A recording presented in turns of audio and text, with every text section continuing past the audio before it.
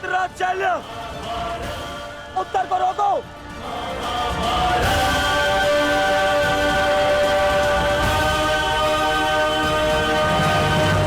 मद्राज, रोको इसे। कायर, भूल गए किसके पक्ष से लड़ने का वचन दिया था तुमने?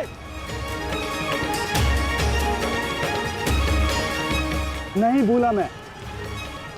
तब स्मरण है मुझे, मेरा वचन भी और तुम्हारा छल भी। भूल गया?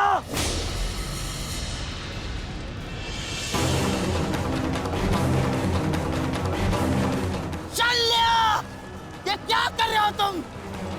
भविष्य में संसार तुम्हारे साथ साथ पूरे मद्र राज्य को विश्वासघाती समझेगा। तू है तुम पर। अरे तुम प्रहार करो उस पर। ये तो एक केवल बालक है। यदि तुमने प्रहार नहीं किया तो आज हार के कारण तुम हो गए। प्रहार करो।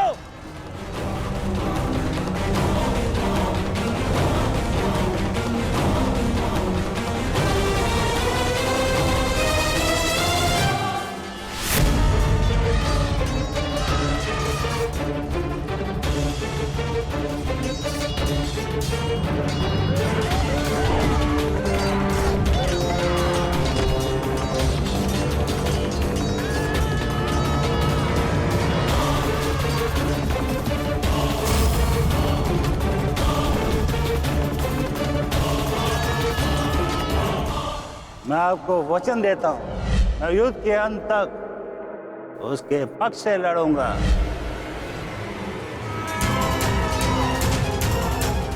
यदि तुमने प्रहार नहीं किया तो आज हार के कारण तुम हो गए।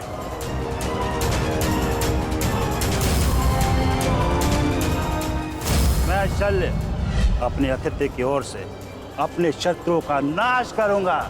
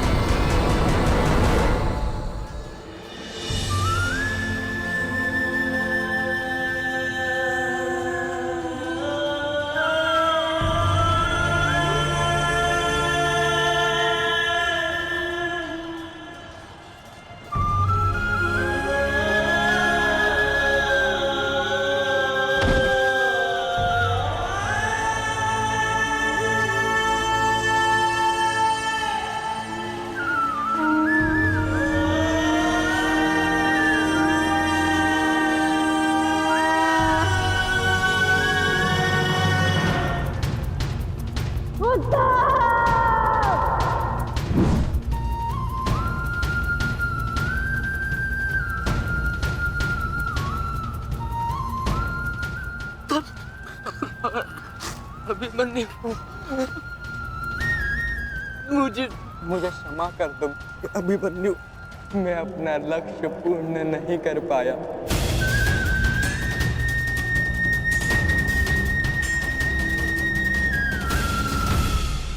मुझे क्षमा कर दो कि मैं बाकी योद्धाओं के भांति वीर नहीं हूं।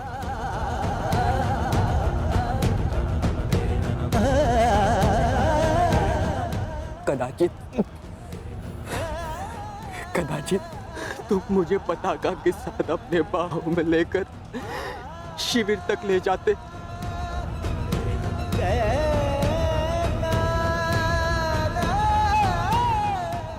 मेरा पक्ष ऊंचे स्वर में कहता, वीर उत्तर की जय, वीर उत्तर।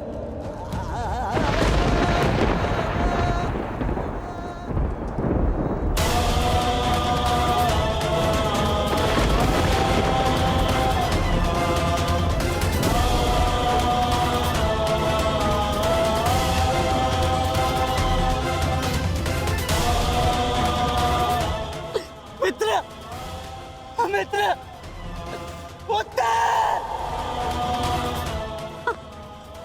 मित्र!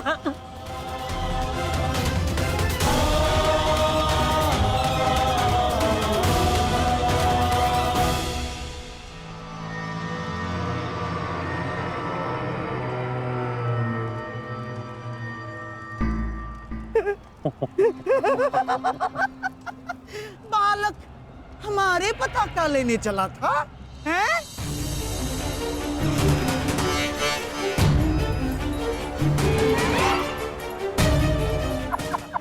ना, पताका तो मिली नहीं चल रही है।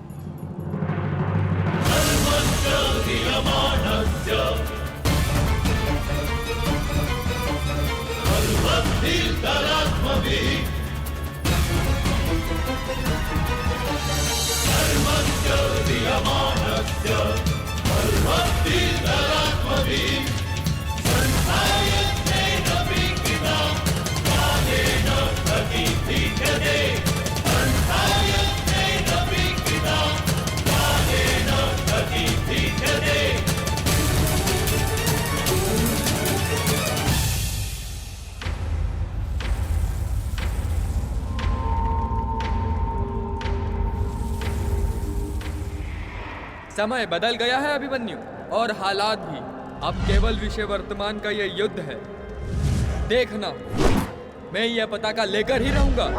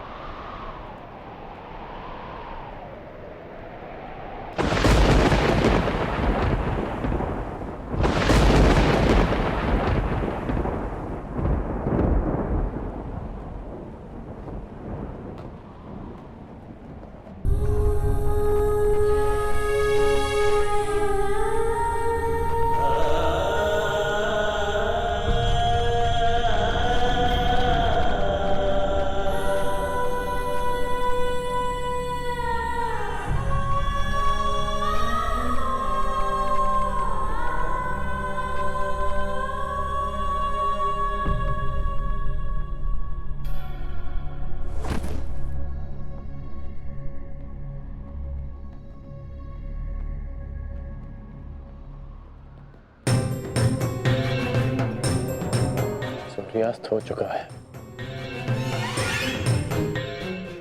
फिर अब तक ये सब लौटे क्यों नहीं?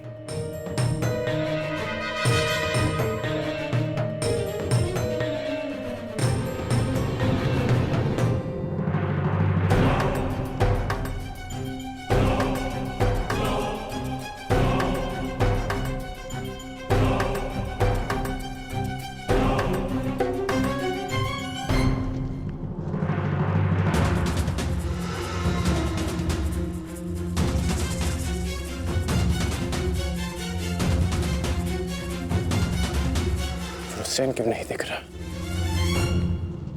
कुमार वृषेण की, कुमार वृषेण की, कुमार वृषेण की।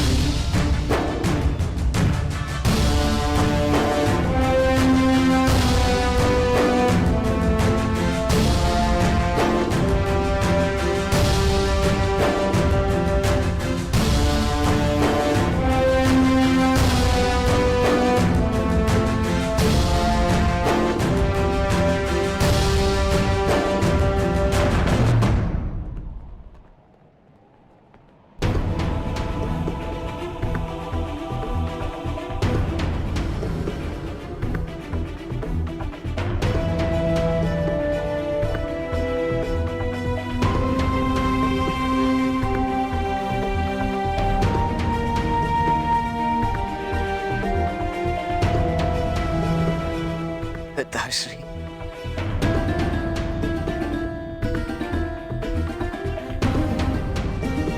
मित्रगण, आज वृषसेन ने यह सिद्ध कर दिया कि वो तुम्हारा वास्तविक उत्तराधिकारी है।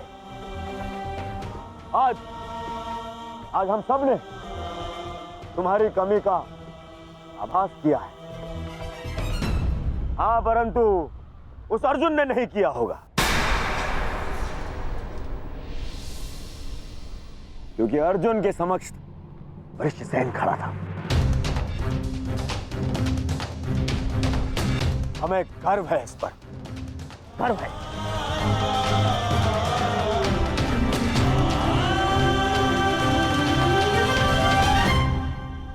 कर्ण, तुम्हारा पुत्र आज केवल अंगराज पुत्र वृषसेन नहीं,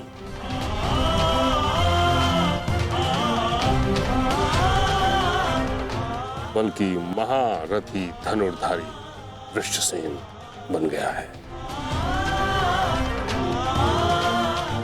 उसने हम सभी से कहीं अधिक कुशलता से युद्ध किया है। हाँ, अन्यथा कुछ ऐसे महारथी भी थे जिनके कारण हमें पहले ही दिन पराजय का मुख देखना पड़ता।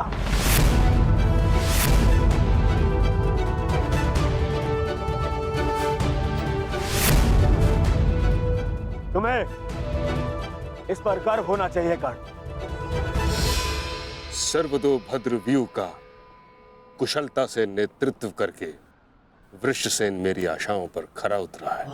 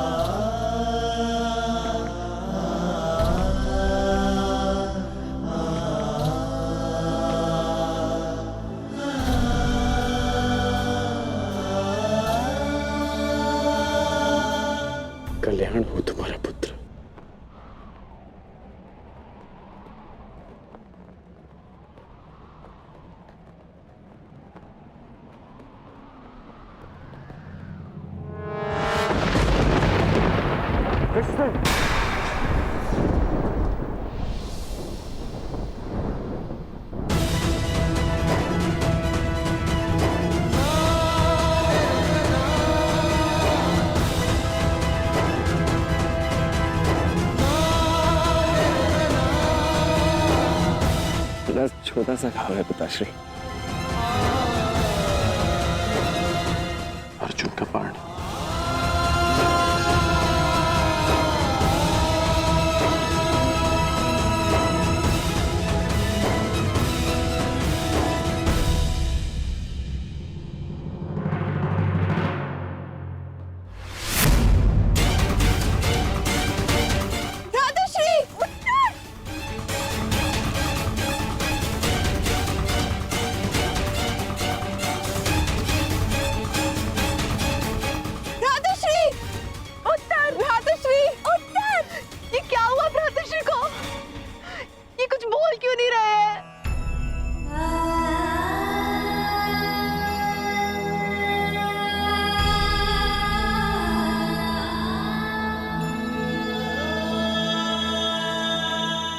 मृत्यु नहीं हुई है उत्तरा।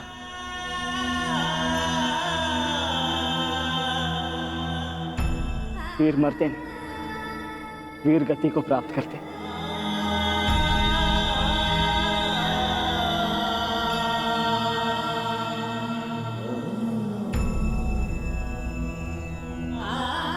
वीर उत्तर वीर गति को प्राप्त हुआ।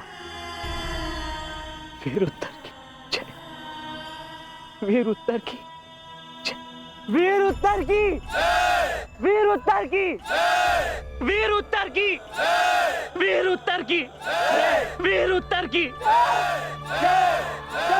वीर उत्तर की, वीर उत्तर की।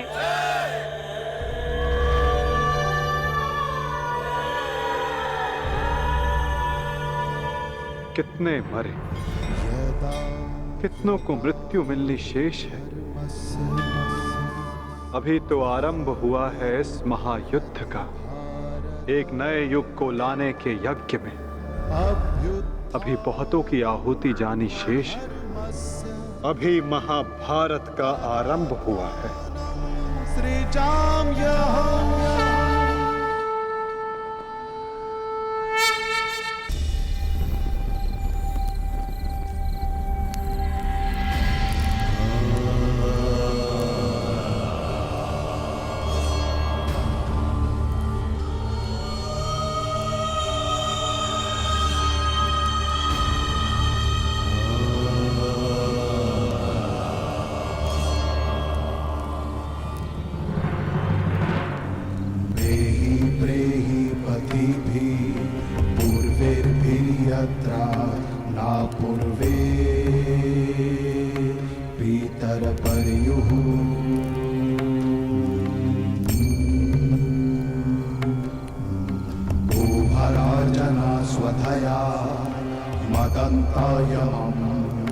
पश्यासि वरुणं च देवम्। ये सब क्यों हुआ सखा? सहस्त्रों काल के गाल में समा गए। ये क्या हो रहा है केशव? तुम एक क्षत्रिय परिवार में जन्मी हो याज्ञसेनी, और युद्ध के परिणामों से भली भांति अवगत हो। तुम स्वयं युद्ध कांक्षी हो, तो फिर ये पीड़ा क्यों? क्योंकि ये अनुमान नहीं था केशव कि अपनों की मृत्यु इतनी पीड़ादायी होगी। आज उत्तर वीर गति को प्राप्त हुए, कल कोई और होगा। मन बहुत विचलित हो रहा है सखा। जब भी मैं अपने पुत्रों का या आर्य पांडवों का मुख देखती हूँ, मुझे एक भय समा जाता है मन में कि कहीं। तुम ये मत भूलो सखी कि ये युद्ध केवल तुम्हारे अपमान, केवल पांडवों के साथ हुए अन्याय के प्रतिशोध के लिए नहीं हो रहा है। ये युद्ध धर्म की पुनः स्थापना के लिए हो रहा है, अधर्म के नाश के लिए हो रहा है, और धर्म की स्थापना के लिए वीरों को अपने प्राणों की आहुति देनी पड़ती है सखी।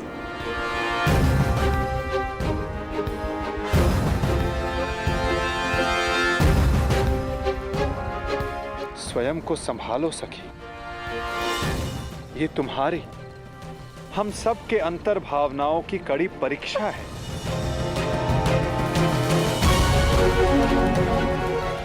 और इस युद्ध में हानि केवल हमें नहीं हुई है, अभी तो इस युद्ध में अनेकों की आहुति देना शेष है सखी।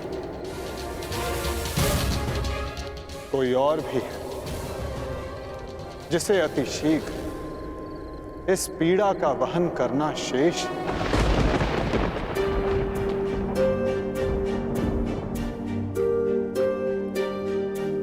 हुसैन,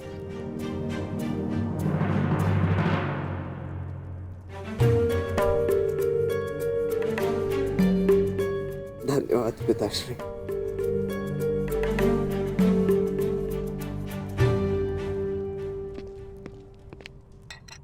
कहीं मेरे इस घाव को मेरी दुर्बलता तो नहीं समझ बैठे हैं ना आप पिताश्री? मैं एक योद्धा और युद्ध में योद्धा को घाव लगना गर्व की बात है। इस महायुद्ध में ये घाव मेरे लिए एक उपहार की भांति है।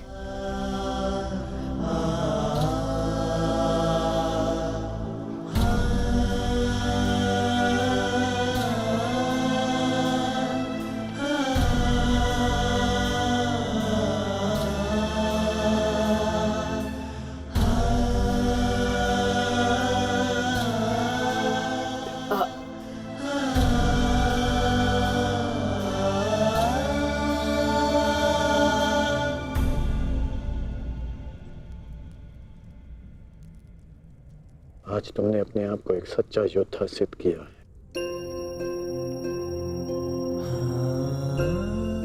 मुझे तुम पर गर्व है। कल्याण हो तुम्हारा पुत्र। अब तुम्हें विश्राम की आवश्यकता है। विश्राम करोगे तो यह घाव जल्द ठीक हो जाएगा।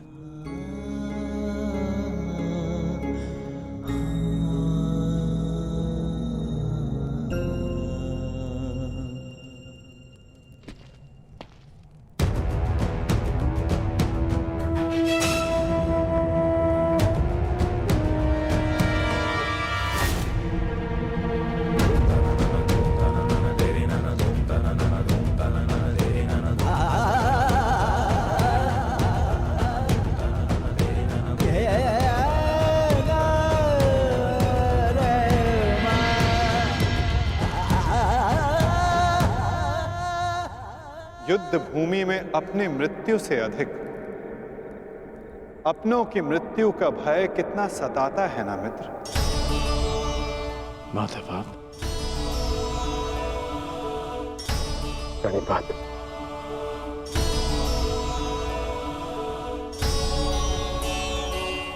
परंतु आप यहां कैसे? मैं तुम्हें यह बताने आया था कि तुम्हारा पुत्र आज इस युद्ध में बड़ी वीरता से लड़ा मित्र। तुम्हारे पुत्र ने महाभारत के प्रथम दिन को अविस्मरणीय बना दिया। वृषसेन के घायल होने के पश्चात भी उसने अर्जुन को युद्ध भूमि में तुम्हारी अनुपस्थिति का भान नहीं होने दिया।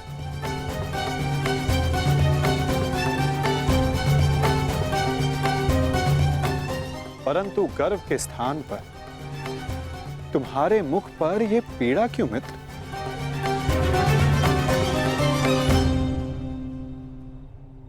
गर्व है, गर्व है माधव। परंतु ऐसा क्यों होता है कि मैं स्वयं के शरीर पर सहस्त्र बाण सह सकता हूं। मैंने बिना संकोच किए अपने कवच और कुंडल दान कर दिए। मैं ये सब पीड़ा सहने में सक्षम हूं। एक योद्धा होने के नाते मैं युद्ध के सभी नियमों से अवगत हूं, परंतु वृषसेन को लगे बाण, उसकी मृत्यु का भय।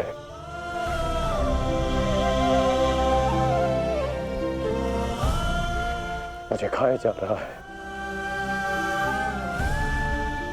परंतु तुम ये कैसे कह सकते हो मित्र कि ये भय है, पूर्वाभास नहीं?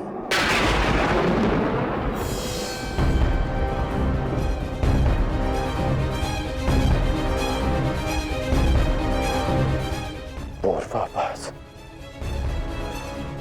आप क्या कहना चाहते हैं? एक योद्धा को विजय की आशा अवश्य होती है, परंतु उसे परिणाम का पूर्वाभास भी होना चाहिए। आज युद्ध में जो हमारे साथ खड़ा था, कल उसका स्थान कोई और ले लेगा और उसके पश्चात कोई और। ये युद्ध है मित्र, इसे बदला नहीं जा सकता। बलिदान मांगना युद्ध की नियति है मित्र।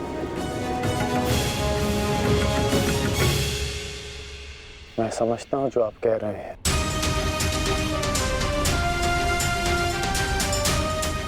परंतु मन में अपनों की रक्षा की चिंता है।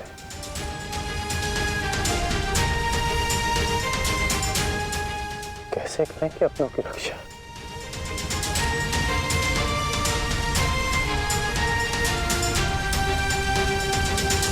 यदि कारण महान हो तो उसका बलिदान भी महान देना होता है मित्र। इस युद्ध में हो रहे बलिदान को स्वीकार करो। एक योद्धा को युद्ध में जाने से पूर्व सभी प्रकार के मोह को त्यागना पड़ता है। मोह बंधन में बंधकर वो युद्ध नहीं कर सकता और ना ही अपनों की रक्षा कर सकता है। इस महायुद्ध में अपनों की रक्षा के लिए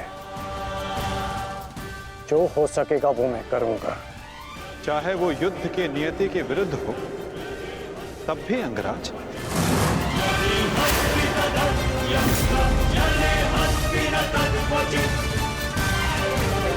उत्तर दो अंगराज, क्या तुम ऐसा कर पाओगे?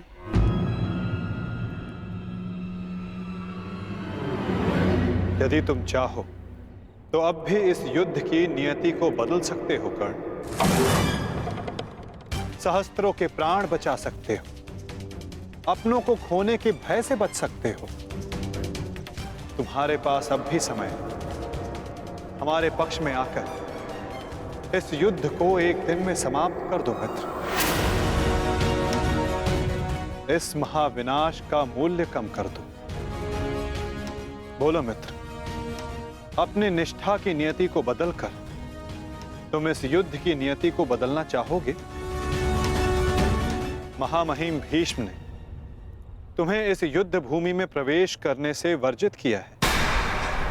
यही अवसर है मित्र, अपने भ्राताओं के साथ मिलकर धर्म के लिए युद्ध करके इसे समाप्त कर दो।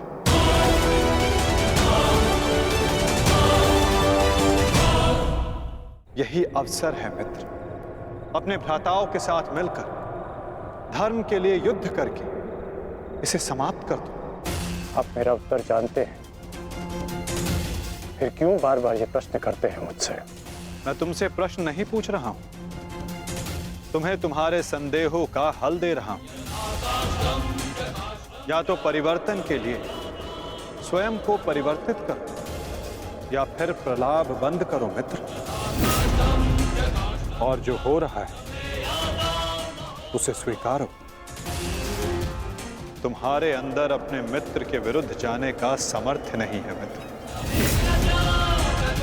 जो पीड़ा आज तुम अनुभव कर रहे हो सकता है कि कल तुम्हें उससे अधिक पीड़ा अनुभव करनी पड़े मित्र। इसलिए कहता हूं अंगराज, या तो विरोध करने की शक्ति रखो या फिर पीड़ा सहने का सामर्थ्य।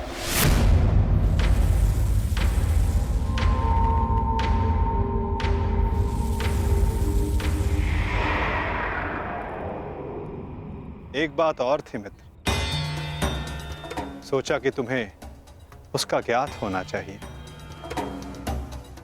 आज मैंने अर्जुन को महाज्ञान दिया, उसे अपने विश्व रूप के दर्शन करवाए। ये जानकर तुम्हें बुरा तो नहीं लगा ना? कहीं तुम फिर से ये तो नहीं सोच रहे कि मैं पक्षपाती हूं? आप पक्षपाती तब होते जब आप अर्जुन को अपना विराट रूप नहीं दिखाते। आपने मुझे अपने विराट रूप का साक्षी बनने की अनुमति दी। मुझे पूर्ण विश्वास था केशव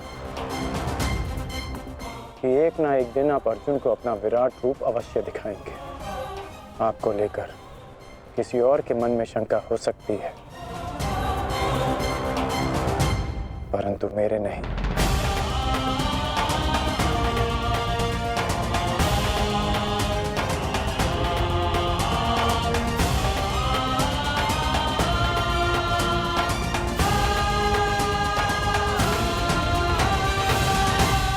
एक दिन आपने मुझे पाषाण और मोरपंख होने का अर्थ समझाया था। हर पहेली का उत्तर हमारे चयन में होता है अंगराज। इस पाषाण खंड की भांति जो ना अपना चुना हुआ मार्ग बदलता है और ना ही अपने विचार। और दूसरा मार्ग वासुदेव? जो इस मोर पंख की भांति होते हैं, वे अपने आप को ईश्वर की इच्छा के हाथों ऐसे समर्पित कर देते हैं जैसे इसने स्वयं को वायु को समर्पित किया। मैं आज भी पाषाण हूं और अर्जुन आज भी वही मोरपंख। वो मोरपंख जिसे आपको अपने मस्तक पर धारण करना ही था। ये मेरा प्रारब्ध है कि मैंने पाषाण होना चुना है।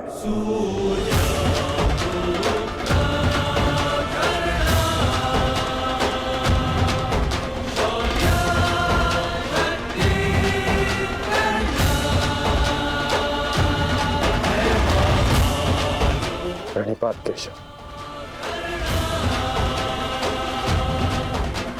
कल्याण वस्तु मित्र।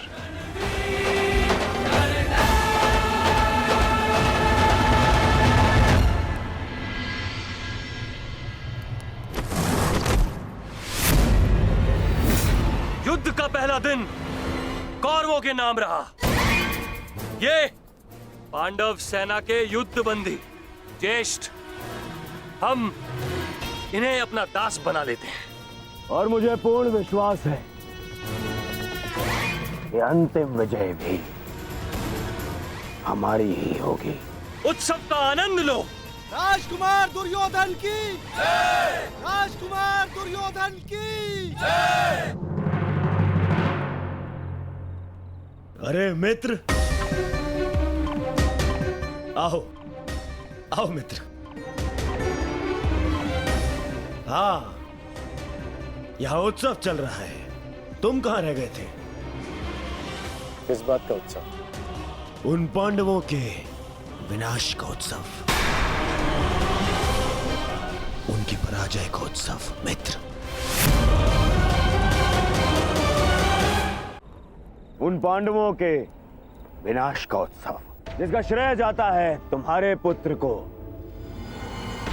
वीर महारथी धृष्टसेन को, जिसे तुमने इतना सामर्थ्यवान बनाया।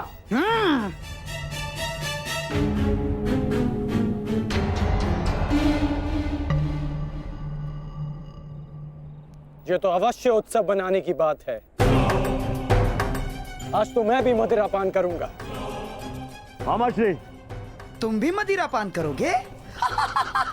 लो, ये लो।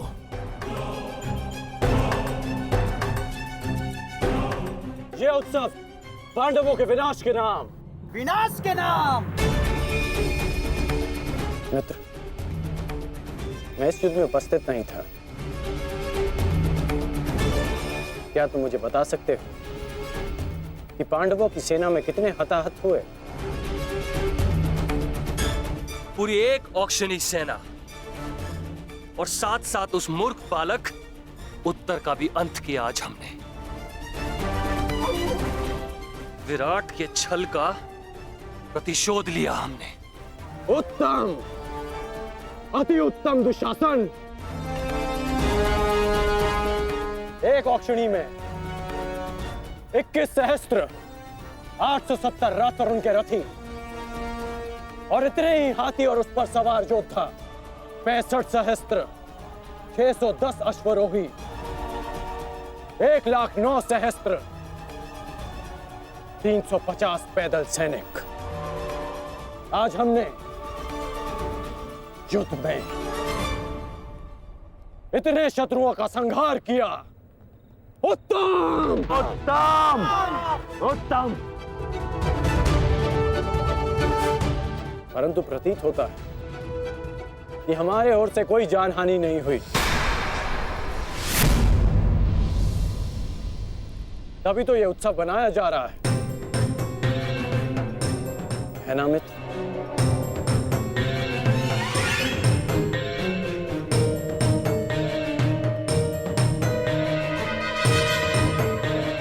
नहीं मित्र, हमारी ओर भी लगभग आधी अक्षुणी सेना की हानि हुई है।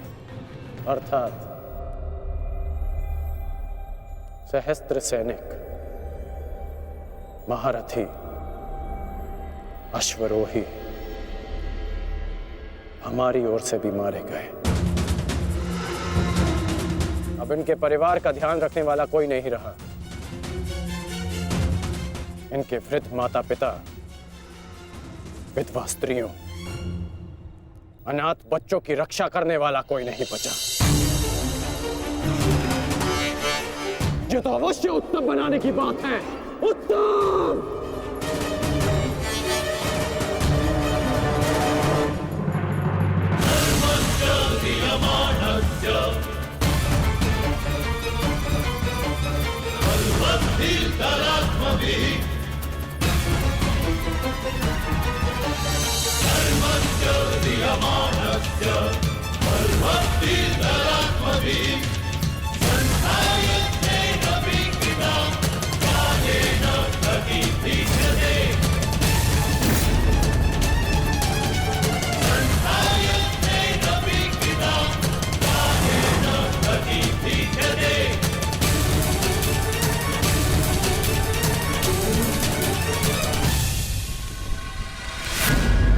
सैनिक, महारथी, अश्वरोही हमारी ओर से भी मारे गए। ये तो अवश्य उत्तम बनाने की बात है। उत्तम!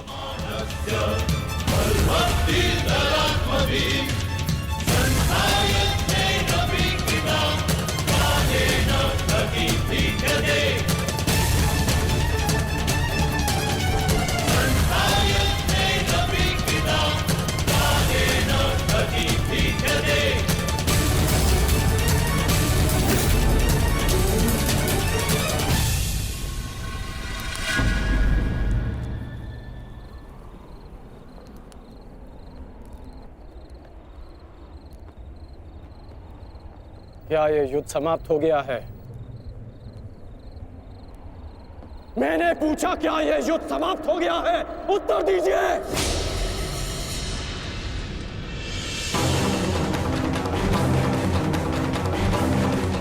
एक दिन युद्ध में पलड़ा क्या भारी हो गया। आप सबको लगा कि आप लोग युद्ध जीत गए। आज जितने भी सैनिक वीर गति को प्राप्त हुए हैं, वो तुम्हारी विजय के लिए अपने प्राण खो बैठे।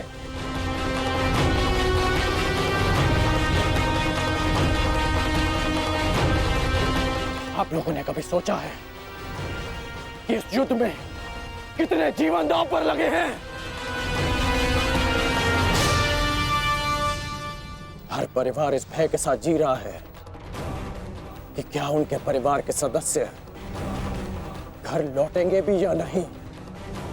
और आप सब उत्सव मना रहे हैं। ये उत्सव मनाने का समय नहीं, रणनीति बनाने का समय है। इस युद्ध में जीतने का समय है। पांडव सामान्य योद्धा नहीं है।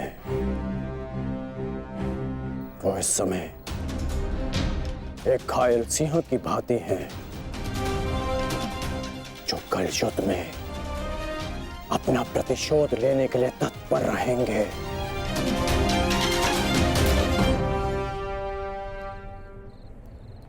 तो इसी क्षण इस उत्सव को बंद कीजिए।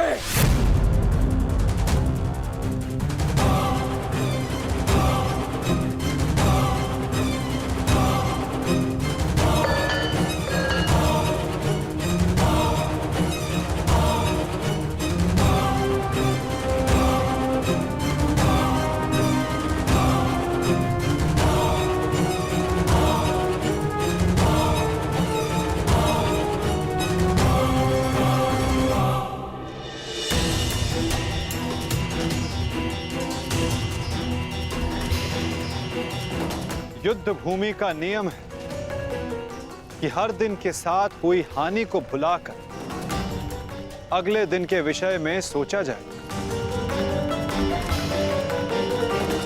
अब समय आ गया है कि इस पर विचार किया जाए कि कल के युद्ध में हमारी रणनीति क्या होगी।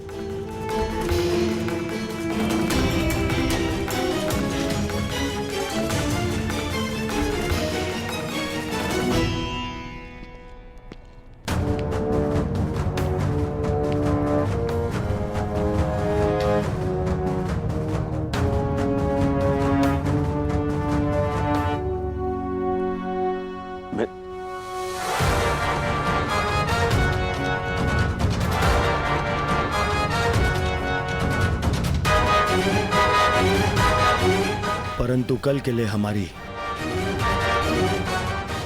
योजना क्या होगी?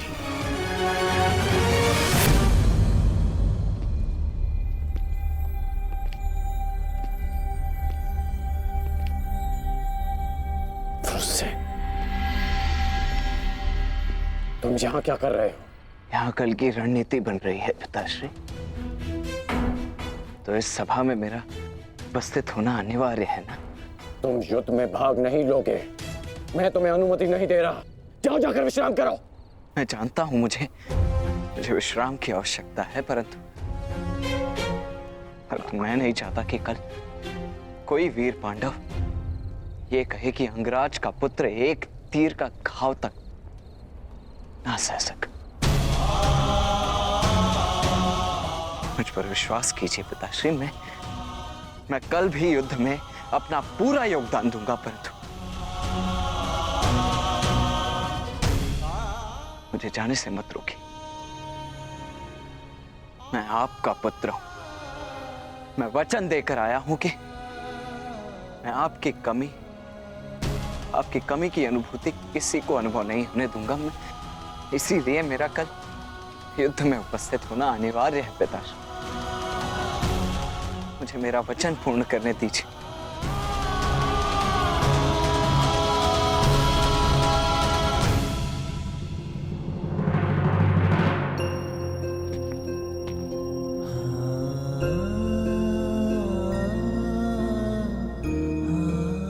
कल्याण हो तुम्हारा पुत्र।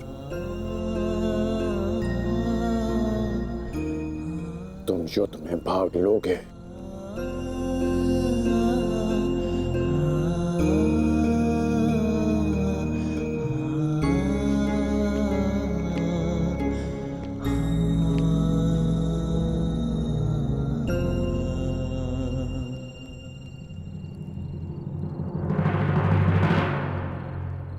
शत्रु सेना को हानि पहुंचाने के साथ साथ आपको अपनी सेना को सुरक्षित रखना भी महत्वपूर्ण है।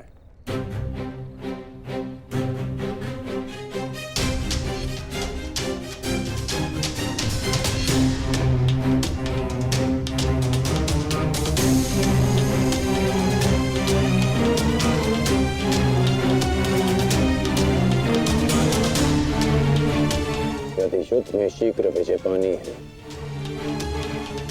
तो उसका एक ही मार्ग है,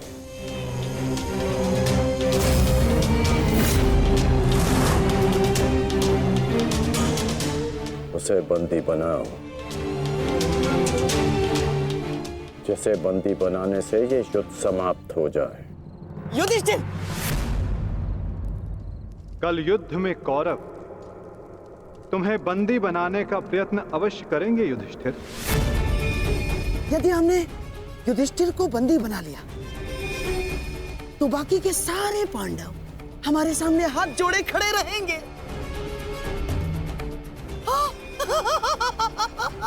उत्तम। कल चाहे जो कुछ भी हो जाए,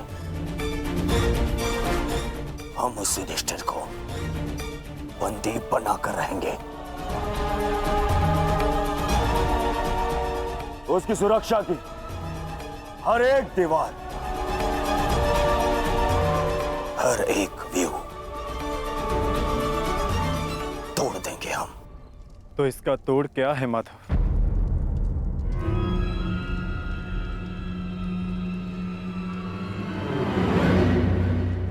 इसका एक ही तोड़ है पार्थ। कल युद्ध में धर्मराज युधिष्ठिर व्यू में सबसे आगे रहेंगे।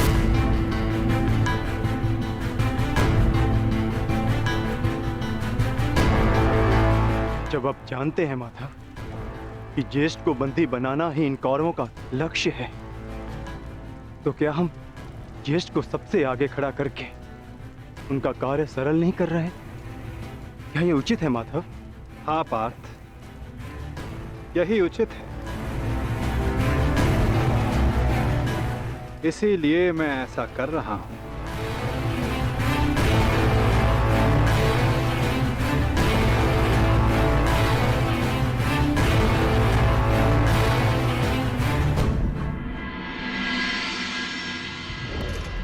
युद्ध का दूसरा दिन।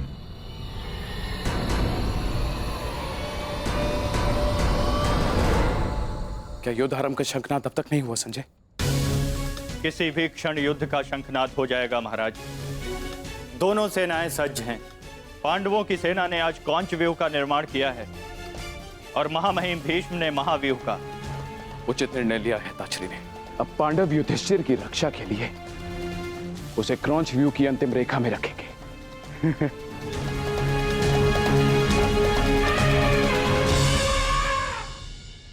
युद्ध भूमि में कुछ असामान्य घटित हुआ है महाराज, जिसका किसी को अनुमान नहीं था। जिस प्रकार से युवराज दुर्योधन आश्चर्यचकित हैं, ठीक उसी प्रकार से मैं भी आश्चर्यचकित हूं महाराज। किंतु ऐसा क्या हुआ है संजय? पांडवों ने राजकुमार युधिष्ठिर को सेना के अंतिम रेखा में ना रखकर सेना के अग्रभाग में रखा है महाराज।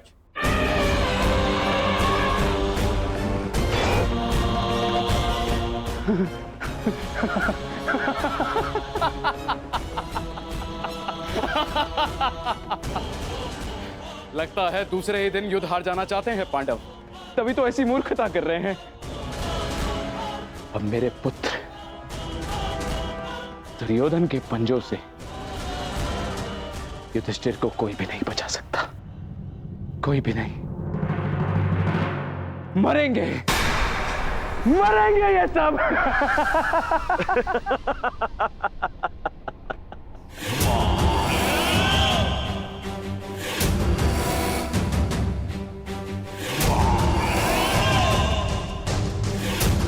सुना था,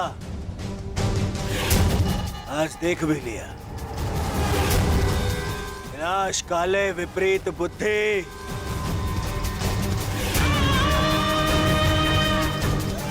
युधिष्ठिर को सबसे आगे खड़ा करके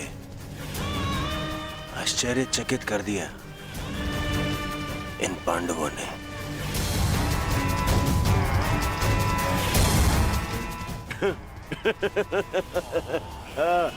पितामह, देख रहे हैं, इन पांडवों ने स्वयं ही हमारा कार्य सरल कर दिया।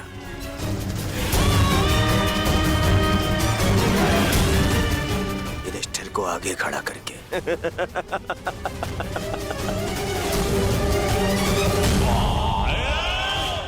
अब आज ही इस युधिष्ठिर को बंदी बनाकर इस युद्ध का अंत कर दूंगा मैं, आज ही। आजा, आजा।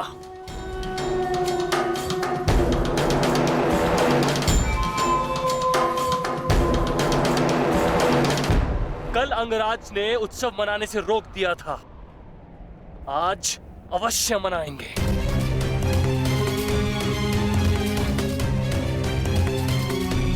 देखा दुशासन, हमारी जीत का उत्सव।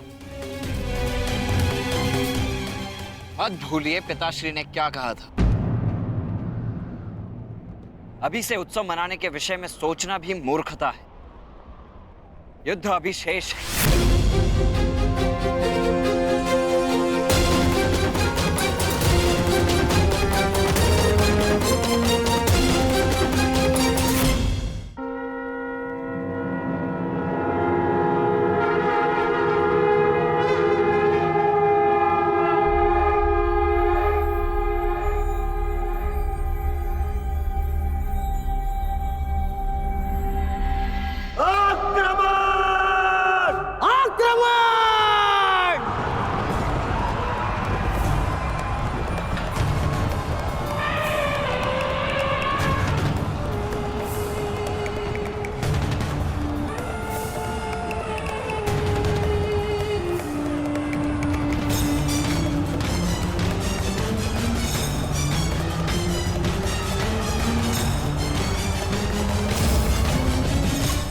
पांडव आक्रमण क्यों नहीं कर रहे?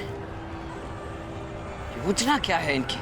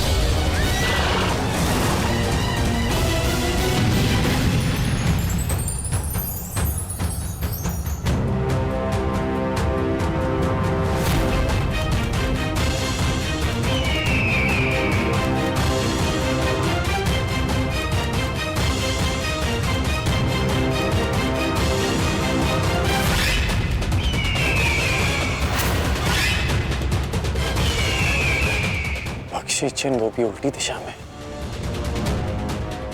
ये पांडव पीछे क्यों हट रहे हैं?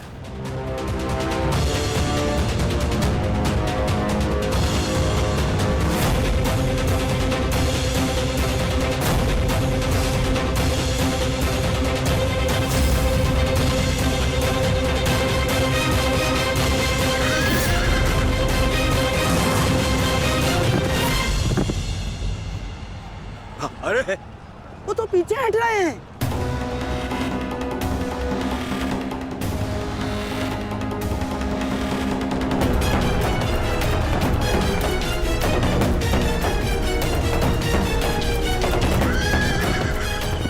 पीछा करो इनका, समाप्त कर दो सबको।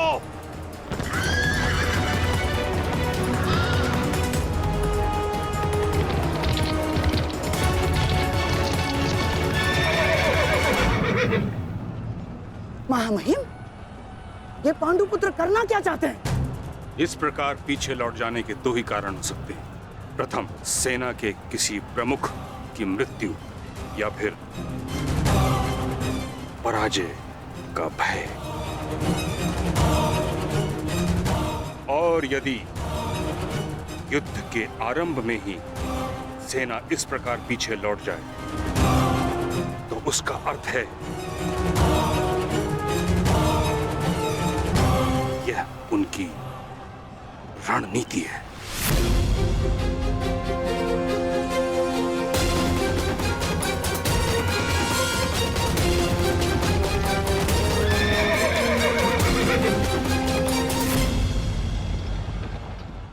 यह उनकी रणनीति है।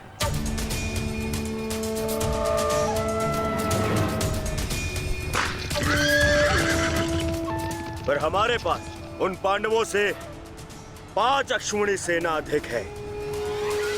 यदि ये कोई रणनीति भी है, तब भी हम अपनी सेना के बल से इन पांडवों को समर्पण करने के लिए विवश कर सकते हैं।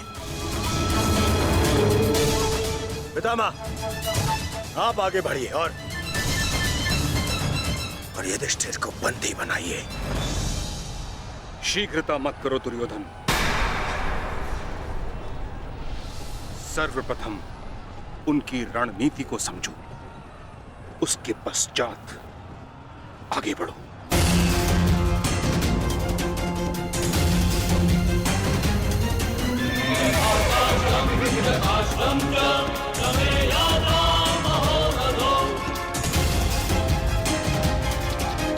जितना सरल ये दिख रहा है, ये उतना सरल होना नहीं चाहिए।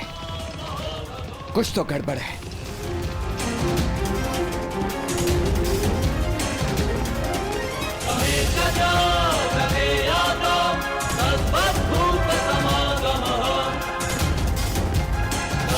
रुक जाओ, ये एक छल है, हमें फंसाने की चाल है ये।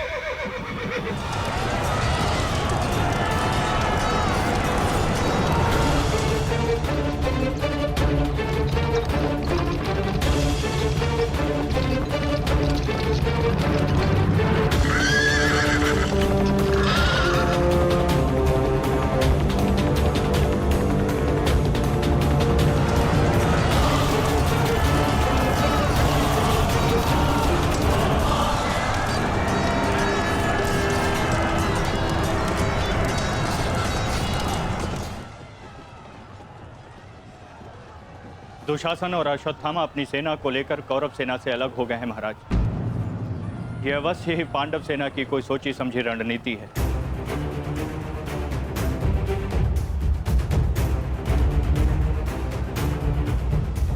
आत्मसमर्पण कर दो युधिष्ठिर। हो सकता है ज्येष्ठ तुम्हें जीवन दान दे दे। तुम केवल दास बनने के योग्य और सदैव दास बनकर रहोगे, और पांचाली सदैव हमारी दासी बनकर रहेगी।